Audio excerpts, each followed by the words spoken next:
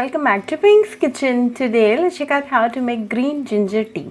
Very easy to make with a very few ingredients. So let's quickly check out the ingredients and get started. Heat a saucepan and to this add 2 cups of water.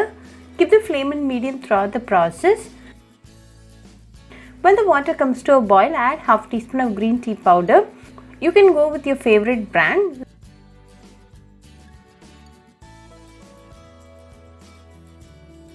Let this boil for 2 minutes in medium flame.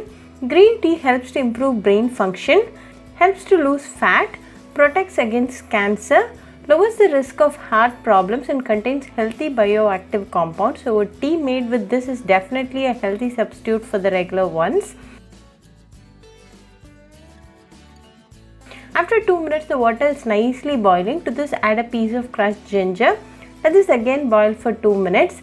Ginger is a very healthy ingredient. It is loaded with antioxidants, fights against chronic diseases, reduces high blood pressure and good for your heart.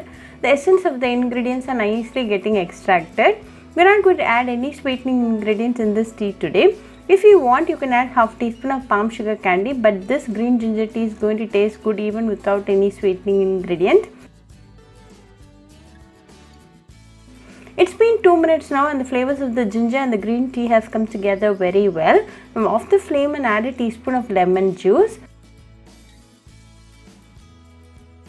Let this rest for 10 seconds. After 10 seconds, strain the green ginger tea and serve it nice and hot. You can drink this in empty stomach in the morning for best results. Very easy to make and a very healthy drink. This drink a day boosts your immunity. So do try this green ginger tea recipe at your home and write back to me your feedback. I'll meet you all with another interesting recipe. Until then, bye friends.